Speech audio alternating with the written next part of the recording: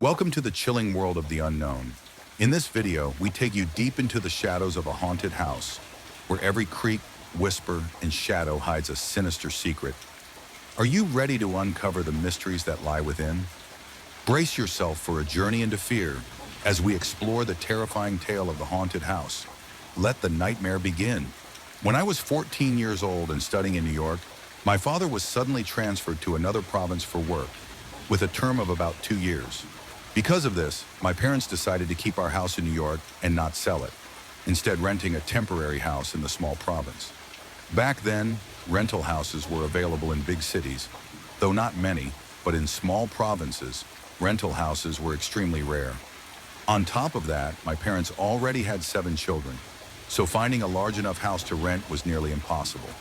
However, thanks to the help of the local police, they introduced my parents to a French-style villa that was both elegant and beautiful. The house had a spacious front yard, large enough to park 4 cars, even with a massive old jackfruit tree in the middle. On both sides of the house, there were 3-meter-wide paths leading to the backyard, which was our favorite spot because it was filled with fruit trees. Surrounding the garden was a row of papaya trees, heavy with ripe fruit, and a row of sugar cane that acted like a fence. In the center of the garden was a vineyard with grapes so large that each one was over a centimeter in diameter.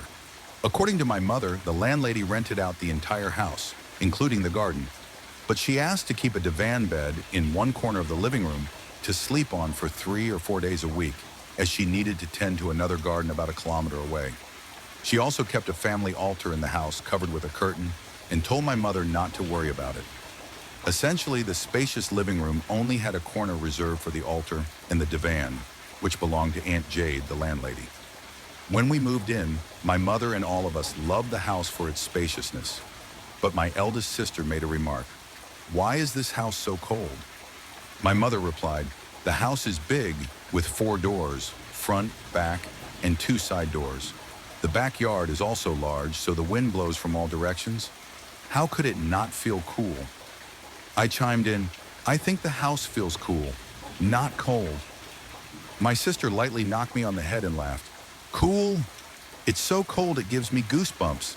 You think it's cool because you're just cool-headed." I grinned and teased her before running off to help my siblings carry boxes of books into the house. The house was spacious, with a central door. Upon entering, the divan bed belonging to Aunt Jade was on the right, near a window overlooking the front yard. Opposite the divan, against the wall separating the living room from the inner rooms, was a large family altar covered with a curtain. On the left was a set of salon chairs and a display cabinet. Behind the living room was my parents' bedroom, and across from it was my sister's room. Further in, there were 2 more rooms on the left and right, leading to a vast rear section of the house. The rear section had a wide door on the right, opening to the side yard and offering a view of the neighbor's backyard. Near the door was a large divan bed, which I claimed as my sleeping spot because it had 3 doors leading to the fruit garden, left, right, and back. Naturally, my 2 younger brothers wanted to sleep there with me so we could cause mischief together. On the far left was the kitchen, about 10 meters away from our divan. In the middle of the rear section were 2 tables, a large dining table with 6 chairs and a smaller table for water bottles and a kerosene lamp, as power outages were common in the small province. In the first few days after school, we would rush to the backyard to pick fruit. One afternoon, while I was searching for ripe custard apples, I noticed a girl about my age in the neighbor's yard.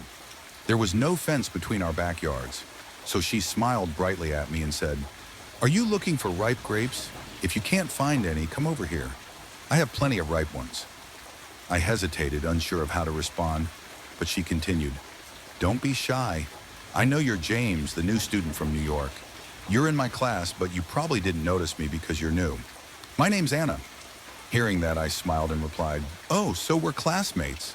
And you're really letting me pick grapes from your yard?" "Yes, come over here.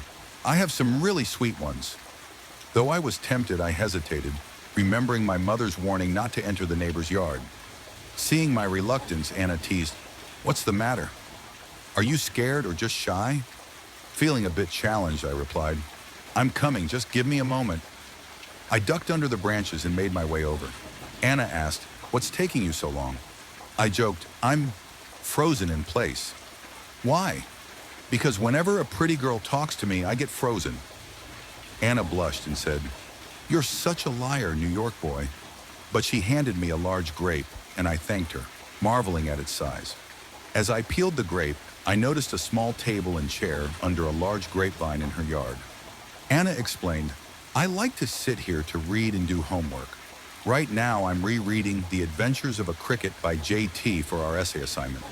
I replied, "Oh, I forgot about that assignment.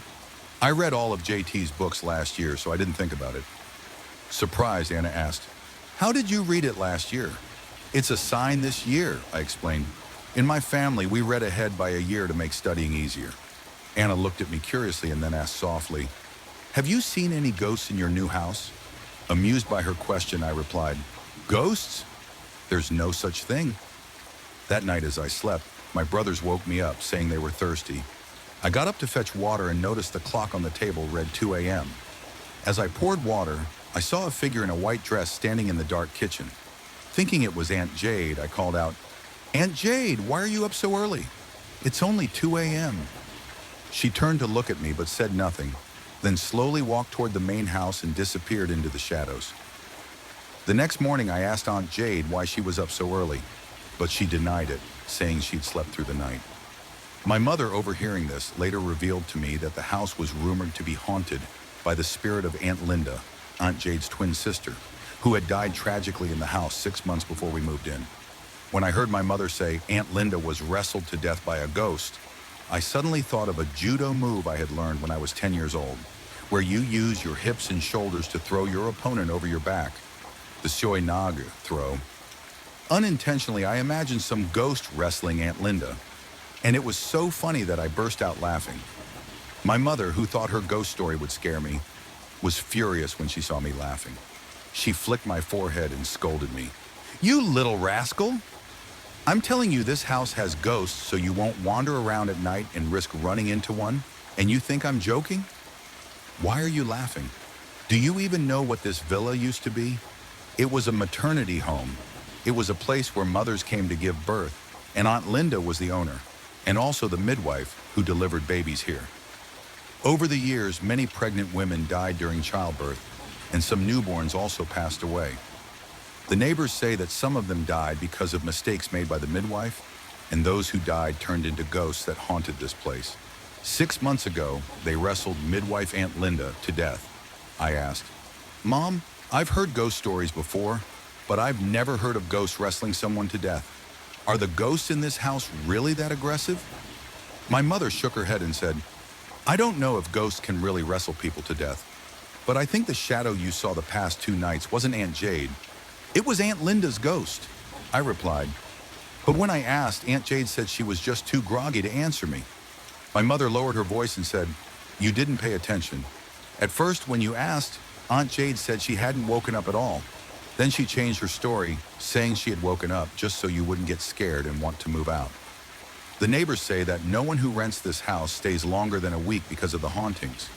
Aunt Jade desperately needs someone to live here with her because she's scared of the ghosts. That's why she let us rent the house and even gave us full access to the fruit garden to make it more appealing.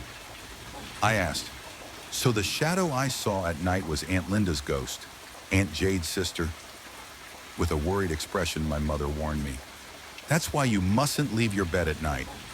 Keep water in the bed for your siblings to drink. Now hurry up and go to school before you're late." That day at school, I kept thinking about the image of Aunt Jade that I had seen twice at night and my mother's words. That wasn't Aunt Jade. It was Aunt Linda's ghost. I found it strange. Could a ghost really appear so clearly? And if it was Aunt Linda's ghost, what was there to be afraid of? I remembered the shadow of Aunt Linda's ghost, looking just like the landlady standing there. It didn't have a long, blood-red tongue sticking out or sharp fangs bared to scare me. I also recalled Anna, the neighbor, asking if I had seen any ghosts. My curiosity grew stronger. During recess, I saw Anna standing with her friends, and I wanted to ask her about it. But back then, if a boy and a girl were seen talking alone during recess, it would be a big deal. People would tease them for being a couple. So even though I wanted to ask Anna, I didn't dare approach her. By the time class resumed, I was so focused on the teacher's lecture that I forgot all about the ghost at home.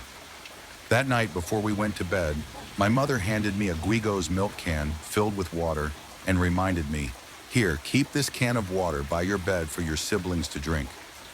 And don't you dare leave the bed at night." At that moment, I remembered the shadow I had seen the past 2 nights. I didn't know what to call it. Was it Aunt Jade or Aunt Linda? Thinking about it now, I might use the modern term newspapers like to use for unidentified objects in the East Sea. Strange shadow.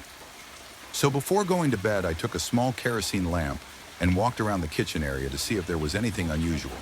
But I found nothing. Feeling disappointed, I crawled into bed and fell into a deep sleep. I was dreaming about playing soccer at Stadium in New York when my 2 younger brothers woke me up, saying they were thirsty. I sat up, grabbed the can of water, and gave them a drink. Then I glanced toward the dark kitchen but saw nothing. I whispered to my brothers, "The past 2 nights, you've woken up at exactly 2 a.m. Let me check the clock to see what time it is now." I quietly got out of bed and tiptoed to the table to check the clock. It was exactly 2 a.m. again. A chill ran down my spine. I pretended to lift the clock to examine it, but in reality, I was secretly glancing toward the kitchen. And there it was again, the landlady, Aunt Jade, sitting with her back to me. She was wearing her usual white dress and had her hair tied in a bun. Seeing her, I felt less scared, but decided to be cautious. I gently put the clock back on the table, turned around, and walked naturally back to bed. Once under the mosquito net, I signaled my brothers to stay quiet. Then I whispered, "If anything happens, we'll hide under the blanket, okay?" They nodded, clueless. I pointed toward the strange shadow sitting by the kitchen and asked my older brother, "Lion, do you see Aunt Jade sitting there?" He whispered back, "Yes, I see her." I asked my younger brother, "Liam, do you see her too?" He replied, "Yes, Aunt Jade is sitting by the water basin." At that moment, I thought about how my mother said the shadow wasn't Aunt Jade, but Aunt Linda. I decided to test it. I pulled the blanket up to my neck, braced myself, and called out, "Aunt Linda, is that you? Have you come back as a ghost?" Immediately, the strange shadow stood up. The figure in the white dress rose tall and turned slightly toward us. I stared at it, trying to see if it had any ghostly features. The face looked like Aunt Jade's, but her eyes were glowing with anger. She hunched slightly, as if trying to look at us more closely. What was strange was how she moved. Instead of walking normally, she shuffled sideways like a crab, inching closer to us. With each step, she seemed to grow taller. By the time her head rose above the mosquito net, I screamed, "It's Aunt Linda's ghost! She's taller than the net!" As soon as I shouted, the net collapsed on us, and everything went black. It was as if we had fainted or fallen into a deep sleep. The next morning, my mother found the collapsed net and screamed. She woke us up, scolding us for being late for school. At breakfast, my brothers blurted out, "The net fell because Aunt Linda's ghost pulled it down." My mother turned pale and asked, "What do you mean, Aunt Linda? Who told you that?" They pointed to the kitchen and said, "Last night, Aunt Linda's ghost was sitting there. We all saw her. Then James called her, and she got mad, came to our bed, and pulled the net down."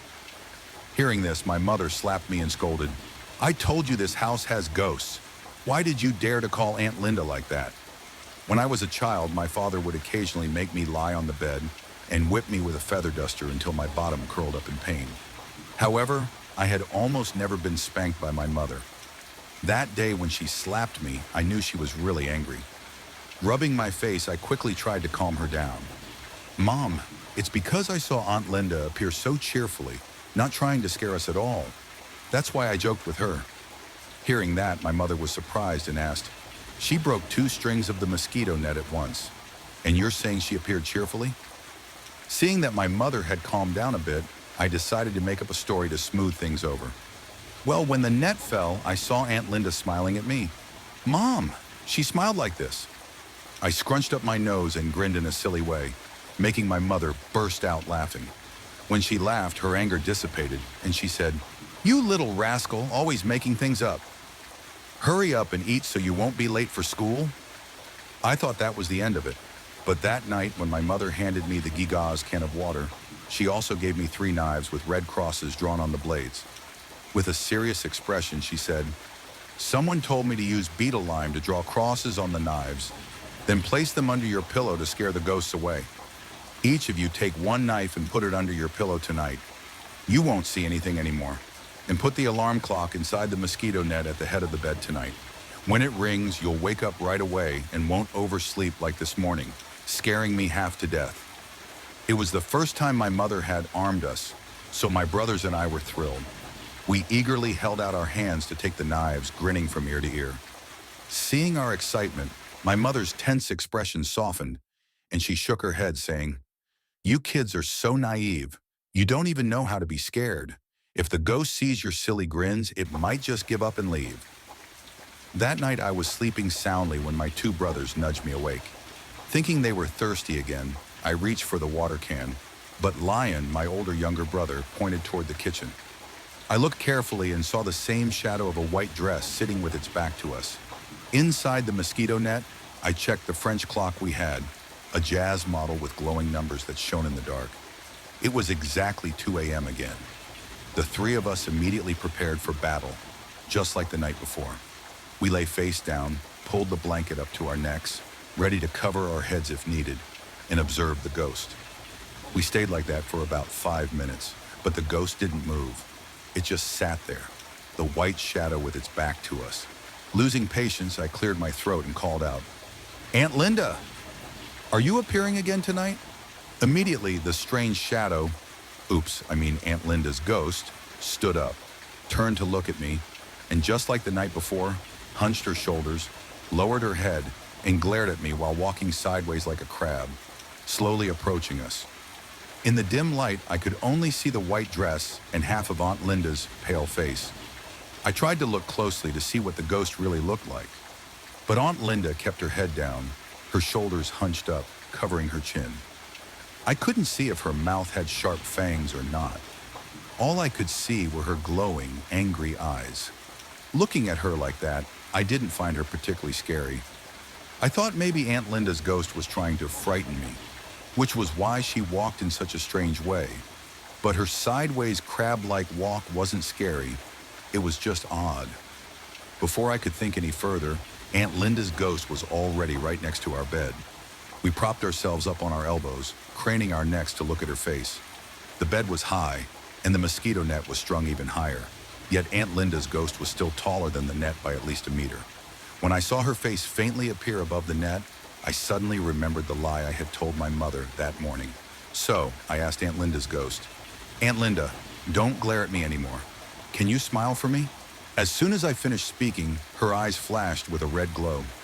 Looking back, I'm not sure if her eyes were actually glowing or if the red light from the kerosene lamp on the table reflected in her eyes. Then, the mosquito net suddenly collapsed and darkness fell over us like a curtain.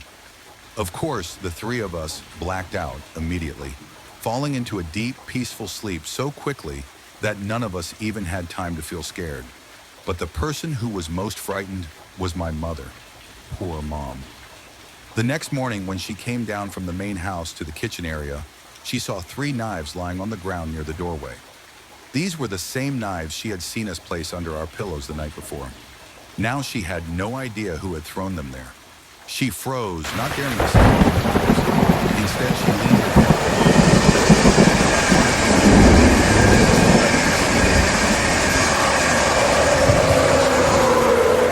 Terrified, she screamed, "Aunt Jade, come on."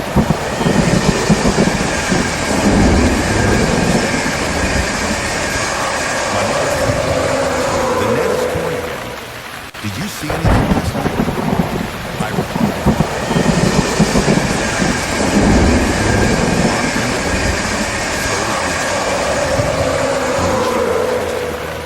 the net suddenly fell down. My mother turned to me. My son has seen Aunt Linda appear in the kitchen. 2 nights in a row, she's torn down their mosquito net. Last night, I told her to put 3 knives. This morning, tell me, is it true that Aunt Linda's ghost keeps appearing here? Aunt Jade turned pale and stammered, I don't know. I've never seen her come back. I have to go to the field now.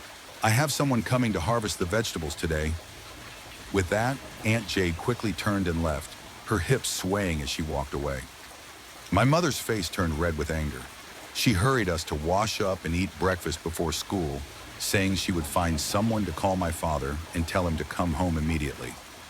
Back then, my family had a very structured daily schedule, and my parents always made sure we followed it strictly. The routine was as follows. At 6 a.m., the whole family had to wake up to the sound of the alarm clock. After breakfast, we went to school. At noon, we came home, and lunch was served promptly at 12 p.m. After lunch, we had a 30-minute nap. From then until 6 p.m., we had free time to play. Dinner was at 6 p.m. sharp, and after eating, we rested for a bit before sitting down to study until bedtime at 9 p.m.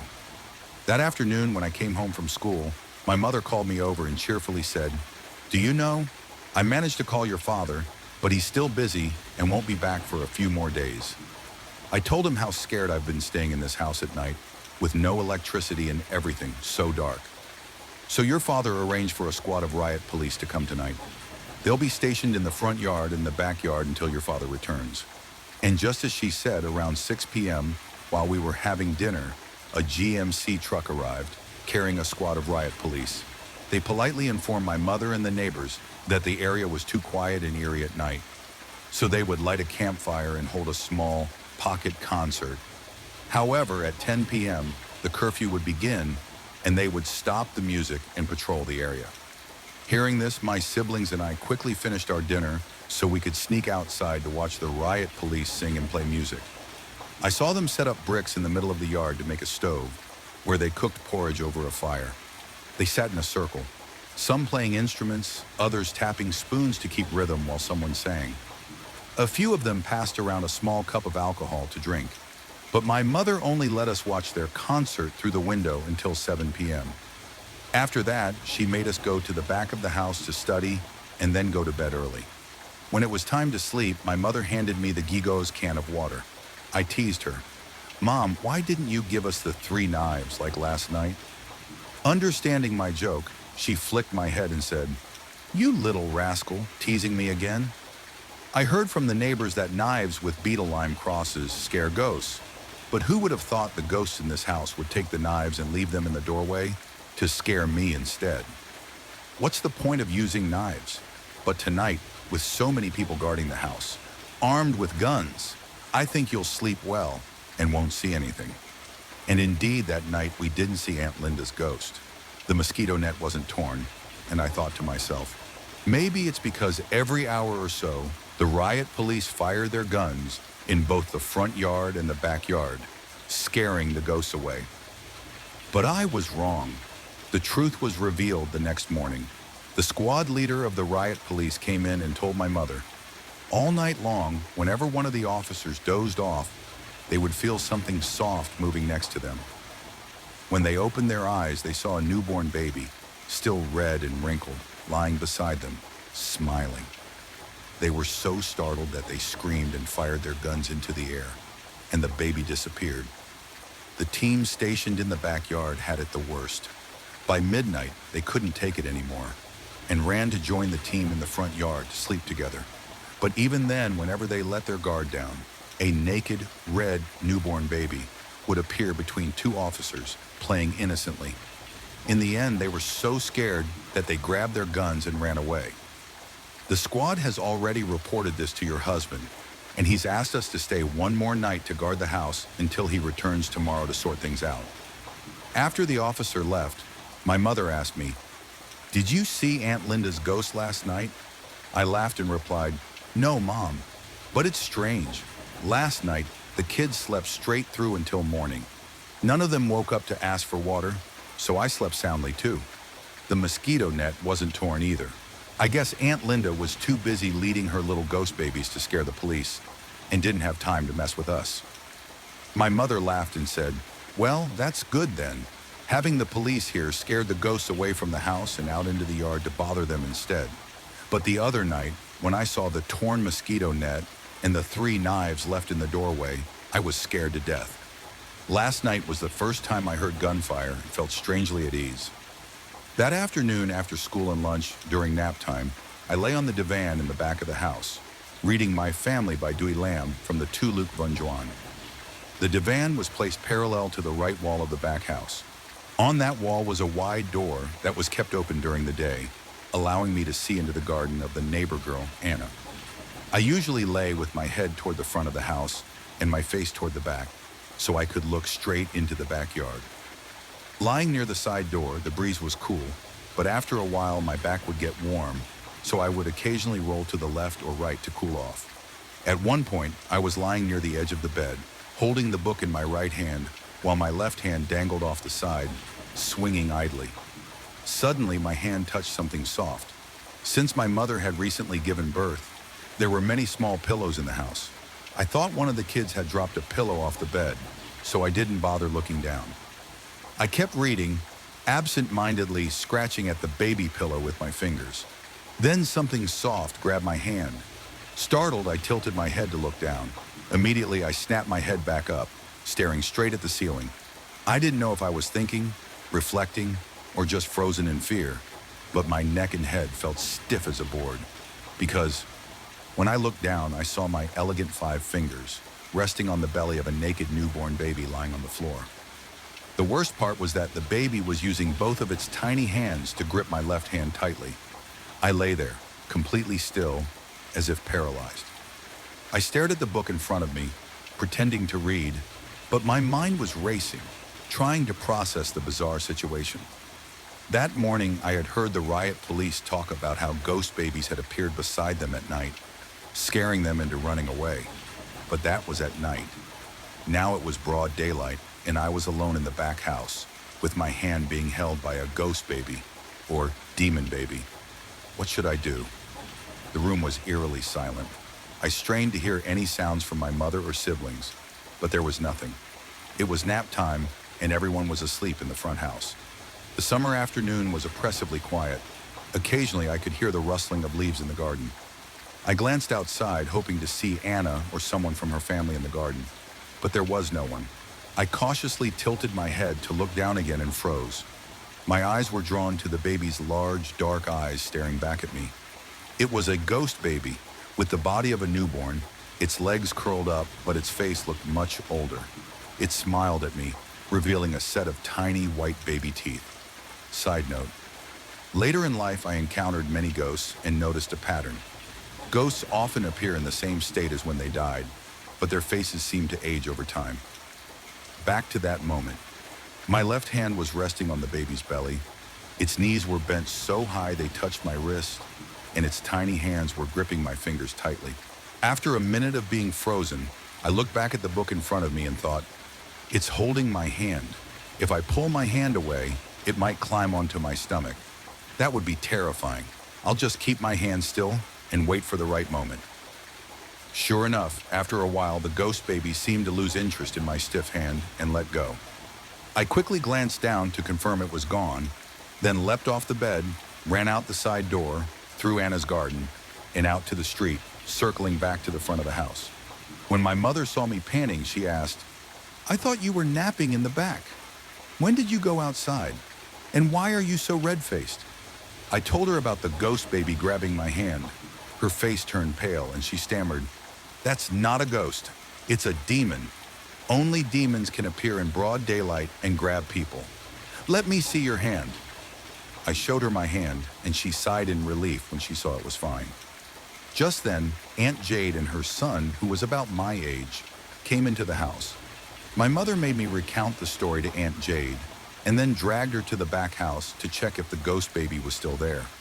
When they looked under the bed, they found a folding cot. My mother asked about it, and Aunt Jade casually replied, "That's the cot Aunt Linda used to lie on before she died." My mother told her to pull it out.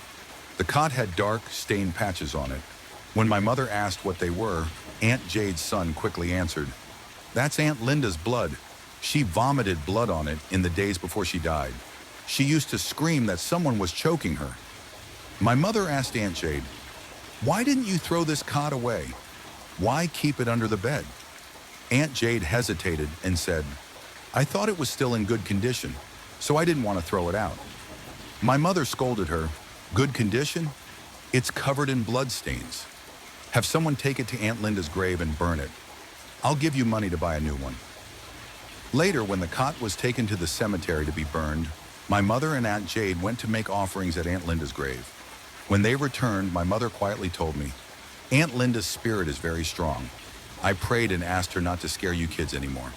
If you see her again, don't tease her, or she might send her ghost babies to scare you. That evening, another squad of riot police arrived. They sang, played music, and cooked a big pot of porridge in the yard. But later that night, as we were dozing off, gunfire erupted from the front yard, waking the whole house. Looking outside, we saw the police pointing their guns at the jackfruit tree in the front yard. My mother knocked on the window to get their attention, and one officer came over to explain, Ma'am, we were cooking chicken porridge to snack on, but when we turned around, the pot was gone. We found it up in the jackfruit tree. How could a hot pot of porridge end up in a tree? Even 3 or 4 people couldn't lift it that high without spilling it.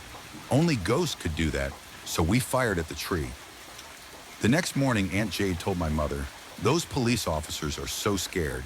Around 1 a.m., they put out the fire, packed up, and left quietly. I heard everything because I was lying near the door. They even left the pot of porridge in the tree. I'll have my son climb up and get it later. That evening, my father finally came home. For the first time, the whole family rushed to hug him, overjoyed. His 2 friends who had come with him were surprised and said, Wow, your family is so lively. My mother, a bit embarrassed, said, I've never experienced anything as terrifying as this house. The ghosts here are so bold. They even scared my eldest son in broad daylight. One of my father's friends pulled 2 horseshoes out of his bag and said, I've heard a lot about this house. Since you're new here, you wouldn't know. Let me nail these horseshoes to the doorframe to ward off the spirits. After the horseshoes were hung, they sat down for a drink with my father before leaving. That night, we slept peacefully. None of my siblings woke up asking for water, and the mosquito net wasn't torn. However, I still slept lightly, occasionally waking up to check the kitchen for Aunt Linda's ghost or the bed for ghost babies. But there was nothing. Finally, I slept soundly until morning. At breakfast, my mother said, Do you know? Last night, your father fought with ghosts all night. Excited, we all clamored to ask him about it, but he just smiled and didn't answer. My mother continued, I was sleeping when I saw your father get out of bed and start punching and kicking around the room. I called out, Honey, honey, honey, but he didn't answer and kept fighting. I realized he was battling ghosts, so I let him be. After a while, he got back into bed, then got up to fight again. This happened several times throughout the night. She turned to my father and asked, Honey, what did the ghosts look like? My father smiled, thought for a moment, and said, I saw them. They tried to drag me out and told me to leave, saying we couldn't stay here. I yelled at them, and they attacked me, so I fought back. I chased them until they disappeared. I'm not afraid of them. But when I tried to light a cigarette, every time I brought the match to the kerosene lamp, the flame went out. When I pulled the match away, the lamp would light up again. I said, Wow, you're good. If you can do this, I give up. Tomorrow I'll find another house and leave you in peace. And so after just 9 days, our family peacefully moved out of the haunted house. If you love stories about supernatural forces and chilling mysteries, don't forget to hit like, share, and subscribe to the MRCat YouTube channel so you won't miss any exciting videos. Your support is the motivation for us to keep bringing even more fascinating content. Thank you so much, everyone.